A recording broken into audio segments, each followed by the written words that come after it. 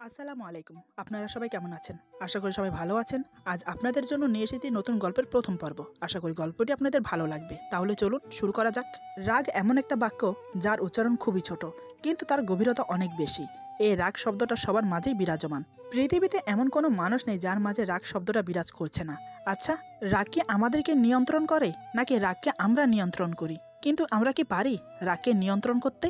কারো কারো ক্ষেত্রে রাগের পরিমাণের মাত্রা খুবই বেশি, আবার কারো কারো ক্ষেত্রে খুবই কম। নিজের রাগকে নিয়ন্ত্রণ করতে পারে, কিন্তু যাদের রাগ বেশি তারা কি করে? চলুন আজ না হয় এমন একজনের গল্প শোনাই যে রাগলে নিজেকে ঠিক রাখতে পারে না। কখন কি করে বসে সে নিজেও জানে না। যার রাগকে তার পরিবারের সবাই খুব ভয় পায়। আর এমন একজন রাগী মানুষ যখন কাউকে ভালোবেসে ফেলে, তখন তার পরিণতি কি হয় সেটা না হয় এই গল্পে শুনবেন। তাহলে চলুন শোনা যাক। আমার নাম মোহাম্মদ মিরাজ আহমেদ। বাবার একমাত্র সন্তান আমি বললে চলে না, কারণ মা মারা যাওয়ার পর আমার বাবা আরেকটা বিয়ে করে আমাকে দেখাশোনা করার জন্য। কিন্তু অশুভাকাঙ্ক্ষীদের কান ভাঙানিতে আমি কখনো তাকে মা বলে ডাকিনি আমার জানা সত্ত্বে। কিন্তু ওনার মেয়ে আমার জান, যাকে আমি দু চোখে হারাই, যে কিনা আমার কলিজার টুকরো। আমি ছোট থেকে খুব জেদি, খুব রাগী। একমাত্র আমার মা ছাড়া আমাকে কেউই শান্ত করতে পারতো না। মা যখন মারা যায় তখন আমার বয়স 5 বছর। মায়ের মুখ অতটা মনেও নেই। ফুপির মুখে শুনেছি আমার জিদের কারণেই নাকি মায়ের কবর বাড়ির বাগানে দেওয়া হয়েছে। আমি নাকি প্রতিদিন সেখানে গিয়ে ঘুমিয়ে পড়তাম। কখনো কারোর কথা শুনতাম না। কথায় প্রচুর রেগে যেতাম।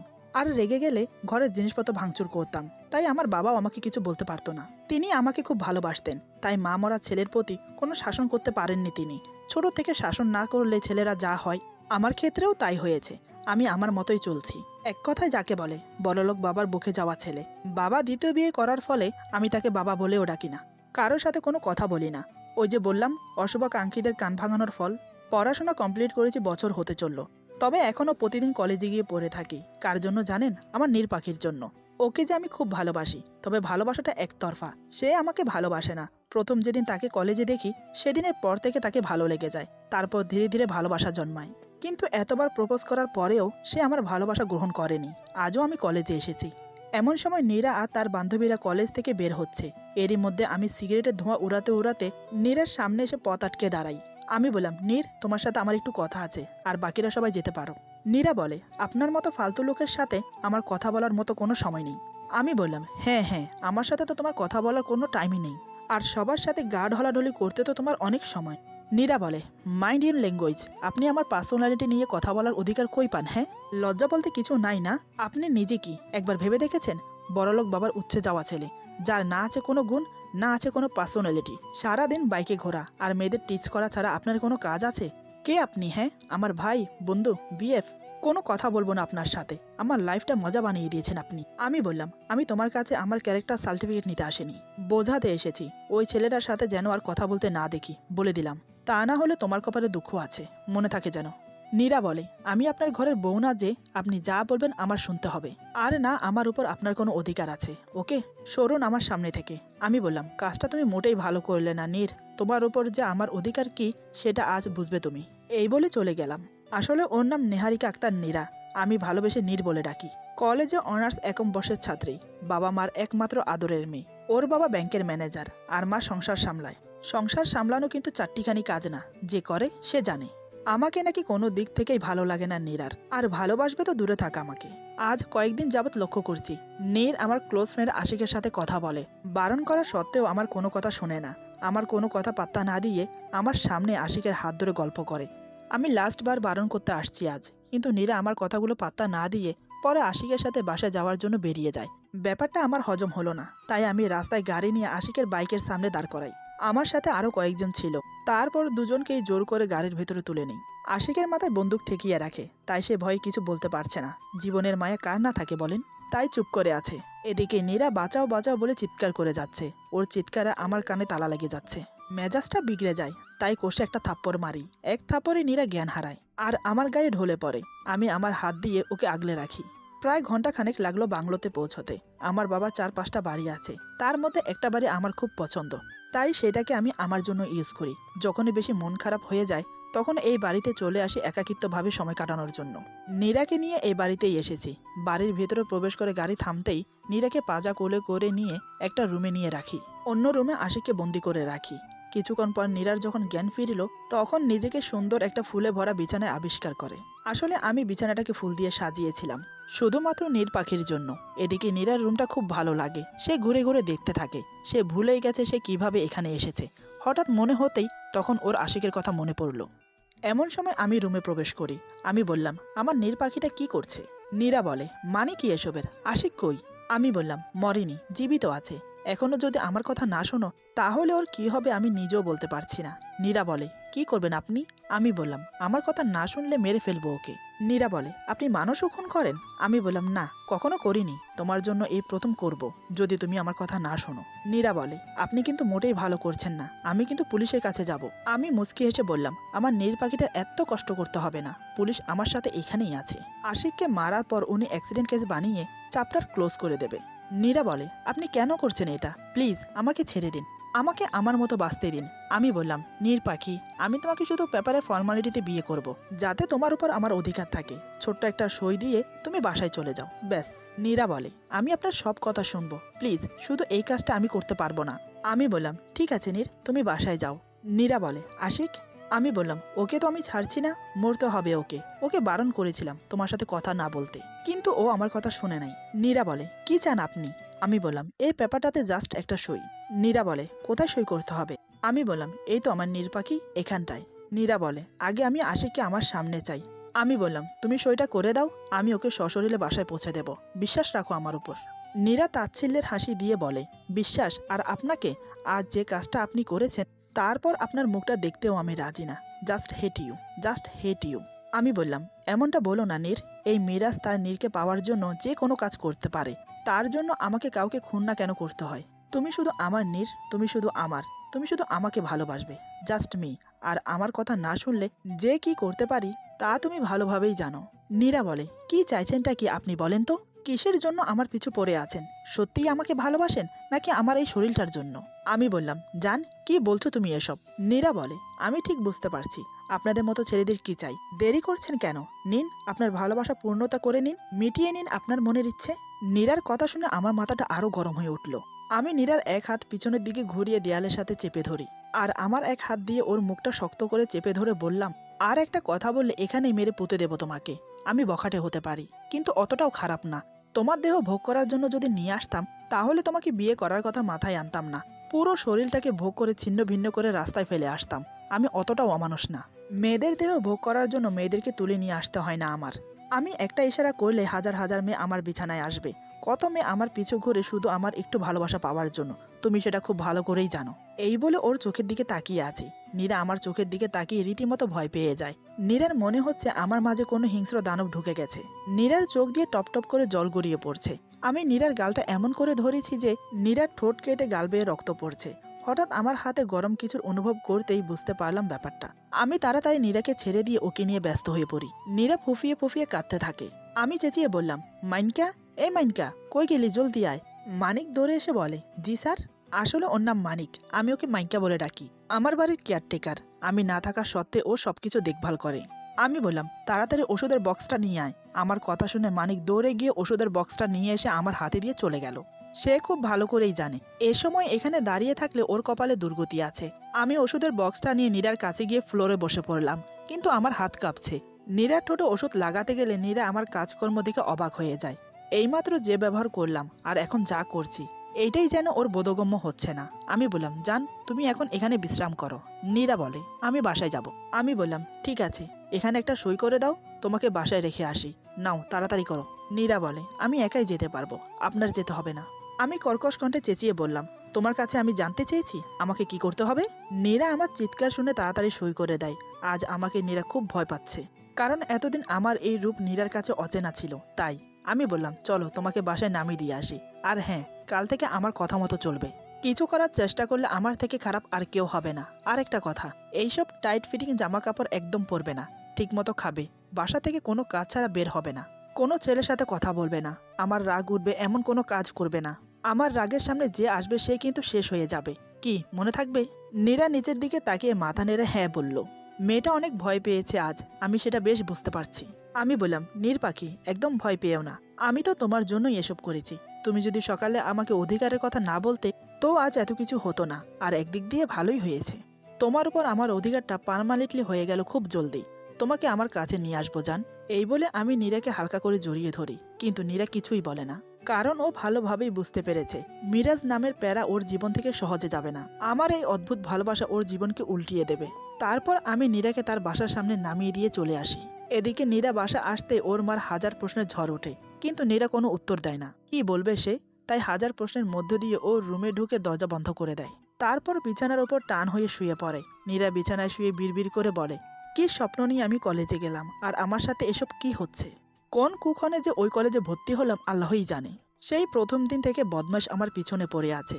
ওর জন্য কলেজে কোথাও শান্তিতে বসতেও পারি না। একটা ছেলে এতটা খারাপ কি করে হতে পারে? আমার জীবনটা নষ্ট করে দিল।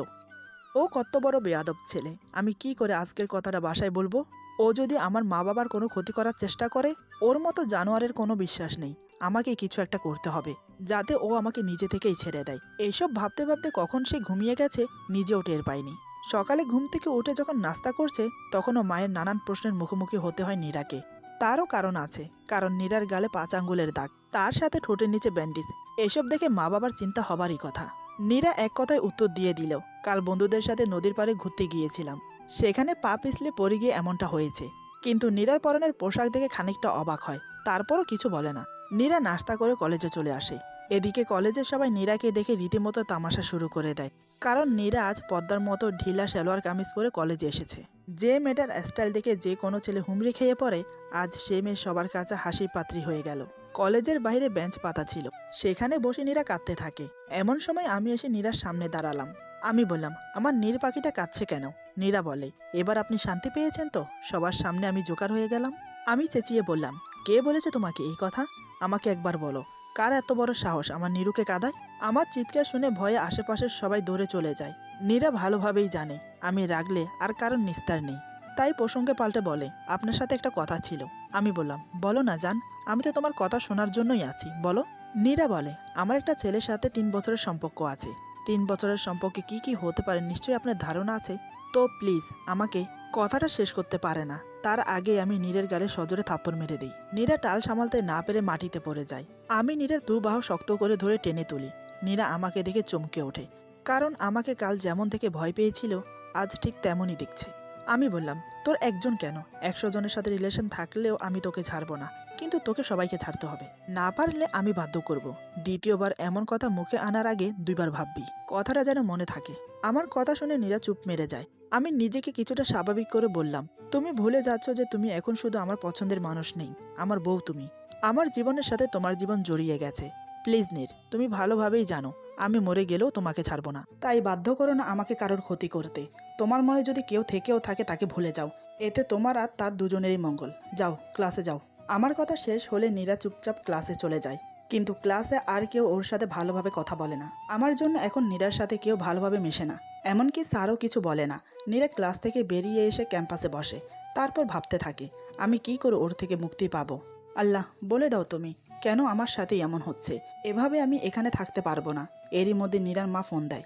নীরা ফোন রিসিভ করে বলে, হ্যাঁ মাদার ইন্ডিয়া, বলো। নীরার মা বলে, তোকে কতবার বলেছি আমাকে মাদার ইন্ডিয়া বলে ডাকবি না। আরে আমি বাঙালি মেয়ে, শুধু মা বললেই যথেষ্ট। নীরা বলে, আচ্ছা ছাড়ো, কেন ফোন দিয়েছো বলো। নীরার মা বলে, কই তুই, তাড়াতাড়ি বাসায় আয়। নীরা বলে, কেন, কি হয়েছে? নীরার মা বলে, আরে কাল বললাম না মিসেস মুনমুনের মেয়ের বিয়ের অনুষ্ঠানে যেতে হবে। নীরা বলে, মা আমি কোথাও যেতে পারবো না, তুমি আর বাবা চলে যাও। নীরার মা বলে, আমি তোর কোনো কথা শুনতে চাই না, তাড়াতাড়ি বাসায় আয়, তোর বাবা তোর জন্য বসে আছে, ভদ্রতা বলে কিছু আছে বুঝলি, জলদি আয়। নীরা একটু বিরক্ত হয়ে বলে, ঠিক আছে আসছি। উড়ে যাব নাকি? হ্যাঁ, টাইম লাগবে, রাখো। এই বলে ফোন কেটে দেয়। নীরা চলে যায় বাড়ির উদ্দেশ্যে।